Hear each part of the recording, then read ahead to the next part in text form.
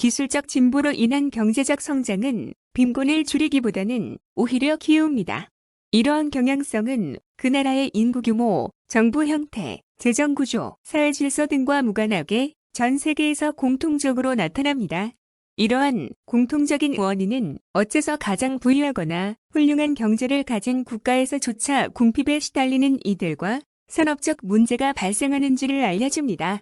부의 기본적인 정의는 교환 가치를 가진 무언가이고, 가치는 대부분 분명하게 보이는 유형 재산의 형태를 가지고 있습니다.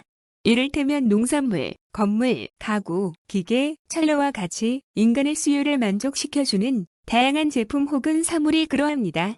여기에서 노동은 가공을 통해 자연물을 경제적 가치를 갖춘 상품으로 바꾸어 놓습니다.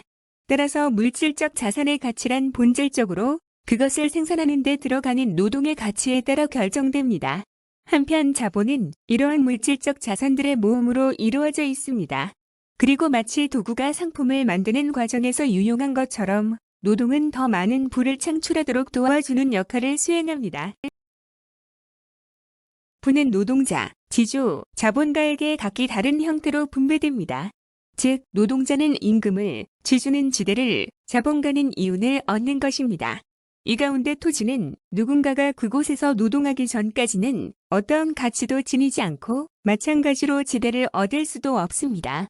문제는 임금과 이윤이 노동이 만들어내는 상품과 자본에 의해 결정되기보다는 지대가 얼마인가에 의해 결정된다는 점입니다. 사유화된 토지의 지대는 부의 총량이 증가함에 따라 함께 올라가고 그만큼 임금과 이윤이 차지하는 비중은 줄어들게 됩니다. 따라서 아무리 생산성이 향상되더라도 지대가 함께 상승하는 이상 임금 및 이윤은 늘어나기 어려워질 수밖에 없습니다. 생산성 향상으로 인한 경제적 가치를 결과적으로 지대가 흡수해버리기 때문입니다. 이러한 현상은 논리적으로나 실증적으로나 분명합니다. 19세기 미국 서부와 중서부 일대에서는 대량의 인구가 이주하여 토지를 불화받거나 점유하였습니다. 이러한 토지는 본래 야생 상태이거나 혹은 원주민들이 드문드문 거주하였을 뿐 사유화되지는 않았습니다. 새롭게 개척된 넓은 지역은 대량의 토지를 공급해 주었기에 지대는 저렴하였고 이주민들 역시 충분한 노동력을 제공하였습니다. 그 결과 개척 및 노동자의 임금 수준은 동시대 미국 동부 지역은 물론 유럽 대부분의 지역보다도 높았습니다. 서부 개척은 개개인의 번영을 약속해 주었고 이 때문에 많은 이들이 서쪽으로 달려갔습니다. 이처럼 토지의 경제적 가치가 없거나 낮은 상급벽지의 초원이나 허름한 통나무 집에서의 삶은 비록 험난할지라도 비참하지는 않았습니다.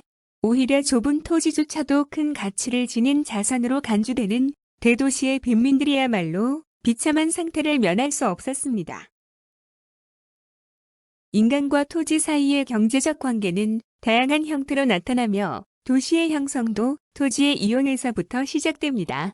예를 들어 한 지역의 모든 토지에 대한 점유가 완료되었다면 거주민들은 생활 수준을 개선시키기 위해 협력하여야만 합니다. 그리하여 촌락이 형성되고 분합관계가 만들어집니다. 대장장이나 구두장이 혹은 교사와 같은 전문적인 직종이 생겨나는 한편 각종 상점과 병원 그리고 우체국이 세워지는 것입니다. 토지를 이용한 농업은 교환의 이익을 가져다주는 상업으로 이어지며 이는 다시 경제적 발전과 도시의 성장을 가져옵니다. 새로운 정착지로의 인구 유입은 그들이 토지의 생산성을 늘릴 수 있는 한 계속되기 마련입니다. 그러나 토지 소유권이 소수의 손에 집중되는 순간 지주들은 늘어난 생산성만큼 지대를 올리게 되고 결과적으로 임금은 정체 상태에 빠집니다. 나아가 지대 혹은 토지 가격의 급격한 상승은 산업을 침체시키기까지 합니다. 토지와 노동의 관계를 고찰한다면 지대 상승과 산업 침체가 원인 결과 관계에 있음을 분명히 알 수 있습니다. 사유화된 토지는 독점화되는 경향을 보이는데 철도가 건설되거나 지나가는 지역은 특히 그러합니다. 일단 소수의 지주들이 토지를 장악하면 그들은 지대와 토지 가격을 올릴 것이고 토지가 경제적 가치를 흡수하여 경제 성장의 혜택을 상쇄시키게 됩니다. 이로 인한 급격한 지대 상승은 일반적 상승 정도를 뛰어넘으며 임금과 생산성의 정체는 물론 수요의 감소로까지 이어집니다. 결과적으로 경제 성장이 둔화되는 가운데 지수들이 공동체 전체가 이룩한 부의 대부분을 차지하기에 이르는 것입니다. 더욱이 토지 소유권의 극단적인 집중은 더 많은 노동자들이 최저 수준의 임금만을 받으며 일하도록 강요합니다. 즉, 지대가 상승하여 부를 착취하는 현상이야말로 어째서 물질적 진보가 오히려 빈곤을 낳는지를 알려줍니다. 이는 단순한 사고 실험이나 가정이 아닌데 일례로 1879년 시점에서 서부의 샌프란시스코보다 동부의 뉴욕에서 더욱 불결함과 굶주림 문제가 심각하였습니다. 노동과 자본 사이의 충돌은 불가피하다는 믿음이 사회 전반에 퍼져 있으며 자본이 거두어가는 이윤을 일종의 도적질로 인식하는 사람도 제법 많습니다. 그러나 자본가와 지주 사이에는 분명한 차이가 있습니다. 자본가의 경우 생산이나 상업에 투자하여 적극적으로 위험을 감수한 대가를 받습니다. 반면 지주는 이미 소유한 토지 재산이나 특권을 이용하여 소극적으로 재산을 불릴 뿐입니다. 이는 가만히 앉아 재물을 상환받거나 채권 혹은 주식의 배당금을 챙기는 행위와도 유사합니다. 한마디로 자본가들은 부를 만들어내는 데 필요한 각종 유형 자산을 제공하는 반면 지주는 노동자들을 부릴 뿐 경제적 기여를 거의 하지 않습니다. 따라서 진정으로 사회의 부를 강탈하는 존재는 지주들이며 노동자들의 생활을 어렵게 만드는 주범 역시 자본가보다는 지주에 가깝습니다. 무지한 사람도 아는 분명한 사실 하나는 비록 전체적으로 빈곤할지라도 토지가 저렴한 나라의 노동자가 토지를 구하기 어려운 부유한 나라의 노동자보다 낫다는 것입니다. 미국 서부 지역에서 경제적 진보를 가져온 핵심적인 요소는 다름 아닌 철도 건설입니다.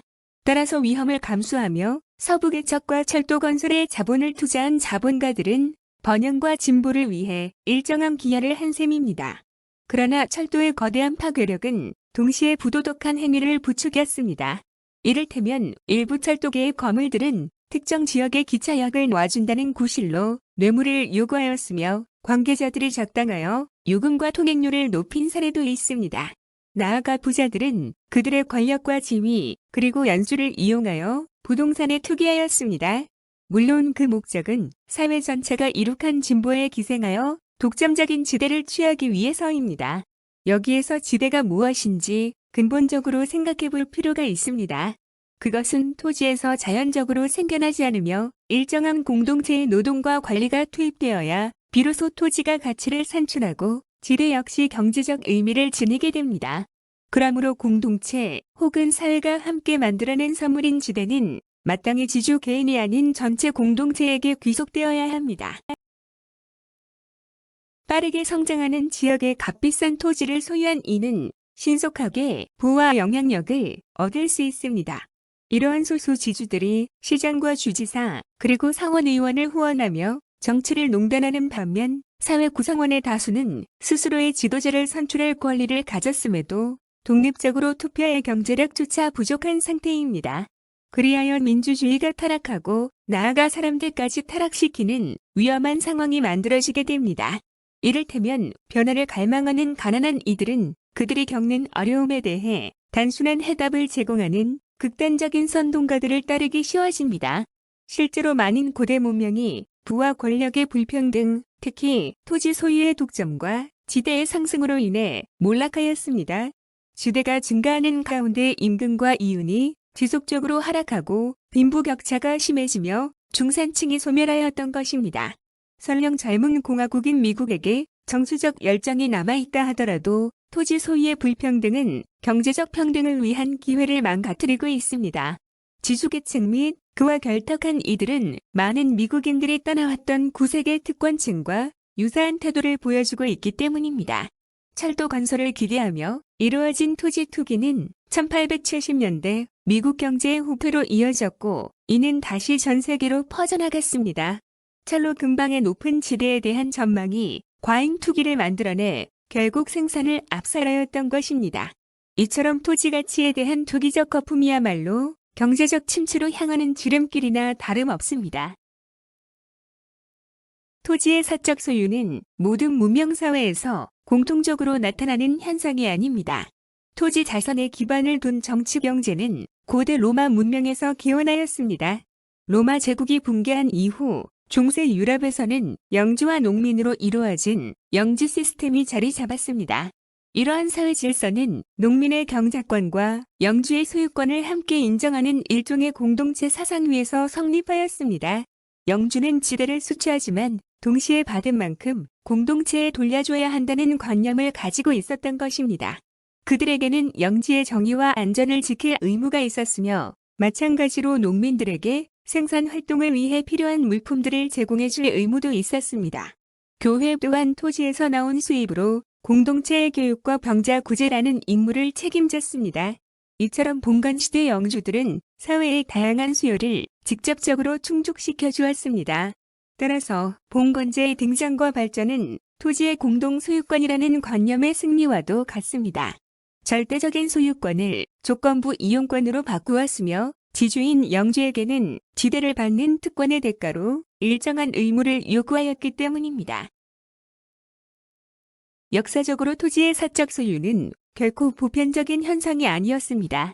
일례로 중세 유럽의 경우 봉건제는 농민의 경작권과 영주의 소유권을 동시에 인정하는 일종의 공동 소유권을 토대로 하였습니다.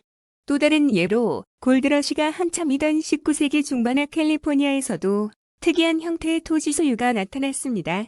귀금속이 발견된 지 얼마 지나지 않아 개인 차원에서 금이 매장된 토지를 대량으로 구매하는 것을 금지하는 정책이 발표되었습니다. 원칙상 정부가 토지 소유권을 가졌고 금건 채굴 업자에게는 일정한 지역 내에서 채굴 작업을 허가한다는 한정된 수준의 자물권만을 부여하였습니다. 그리고 채굴업자는 허가받은 범위 내에서 채굴한 금을 가질 수 있었습니다. 각각의 계약은 채굴 가능한 지역의 크기와 작업 인원 등을 규정하였으며 채굴업자가 작업을 포기하였을 경우에는 주정부가 점유권을 회수하였습니다.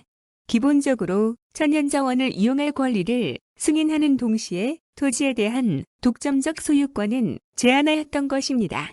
그러나 금 찾기 열풍이 수그러들자 토지의 거래와 사적 소유가 다시 자리 잡기에 이르렀습니다. 독점적 지대가 가져오는 폐해를 이해한다면 자연스럽게 공동체 혹은 정부가 모든 토지를 공용화해야 한다는 결론을 내릴 수 있을 것입니다. 그러나 부동산 전체를 국유화하기 위해서는 현재의 지주들을 어떻게든 처리해야만 합니다. 이는 정책적 혼란과 도덕적 딜레마를 낳고 또한 관습과 사회에도 막대한 충격을 줄 가능성이 높습니다. 마찬가지로 광대한 토지 일체를 정부 공무원들이 관리하는 일도 현실적으로는 불가능에 가깝습니다. 따라서 모든 토지를 국유화하는 대신 세금을 걷되 토지세가 다른 모든 세금을 대체하는 편이 바람직합니다. 이 경우 대토지 소유자들은 더 많은 세금을 내야 하지만 소규모 자영농들에게 들어가는 부담은 그다지 크지 않습니다. 나아가 토지세가 증가하는 만큼 대토지 소유의 이점이 줄어들기에 토지 가격 역시 자연스럽게 하락하게 될 것입니다. 다만 토지세는 어디까지나 지리적 요건으로 인해 발생한 가치를 대상으로 할 뿐, 지주 스스로 토지의 가치를 개선시키거나 건물을 지었을 때 그곳의 과세해서는 안 됩니다. 즉, 생산에 기여하는 바 없이 순수하게 독점을 통해 얻는 이익에 무겁게 과세할 필요가 있습니다. 특정한 토지의 지대가 높은 이유를 이해한다면 보편적 토지세의 필요성 역시 납득할 수 있을 것입니다. 기본적으로 토지의 가치는 위치, 그 중에서도 거주지와의 거리에 따라 달라집니다. 인적조차 드문 외딴 지역의 토지는 임대료가 낮은 편이지만 마을과 가까운 농장의 임대료는 대체로 상당히 높습니다. 또한 서부 정착민들이 보여주듯 교통과 상업을 통해 도시와 연결된 지역의 농지야말로 농부들에게 매력적인 토지이자 경제적 가치가 높은 토지입니다. 따라서 번화가의 임대료가 높은 이유는 어디까지나 축복받은 위치 때문이지 지주의 유별난 노력 덕분이 아닙니다. 특히 발전된 지역일수록 공동체적 요소가 지대 상승의 주된 원인이 됩니다. 이처럼 본질적으로 토지의 가격이란 공동체 자체가 만들어내는 가치에서 유래하며 이들과의 관계 속에서 형성된 경제적 이익이 지가를 높여주고 있습니다. 그렇다면 공동체에 의해 형성된 토지의 가치가 공동체에 의해 거두어지고 다시 공동체를 위해 쓰여야 함은 너무도 당연할 것입니다. 지주들은 단지 좋은 위치의 토지를 소유하였다는 이유만으로 공동체가 만들어내는 부를 독차지하고 있습니다. 토지의 가치는 인구의 증감에 따라 변동하며 또한 자연적 독점의 성격을 가지고 있기 때문입니다. 뿐만 아니라 그들은 지역의 경제 상황 속에서 자신들이 거둘 수 있는 최대한의 지대를 얻어내고자 합니다. 그러므로 공동체는 지주들에게 토지세를 거둘 권리가 있습니다. 토지에 대한 세금은 결과적으로 빈부격차를 완화시킬 뿐 아니라 사회로부터 과도한 경제적 혜택을 받는 이들만을 대상으로 하기에 그 자체가 가장 공정하면서도 평등한 과세 방법입니다. 일각에서는 토지세가 사유재산권을 침해한다고 우려하겠지만 이러한 지적은 타당하지 않습니다.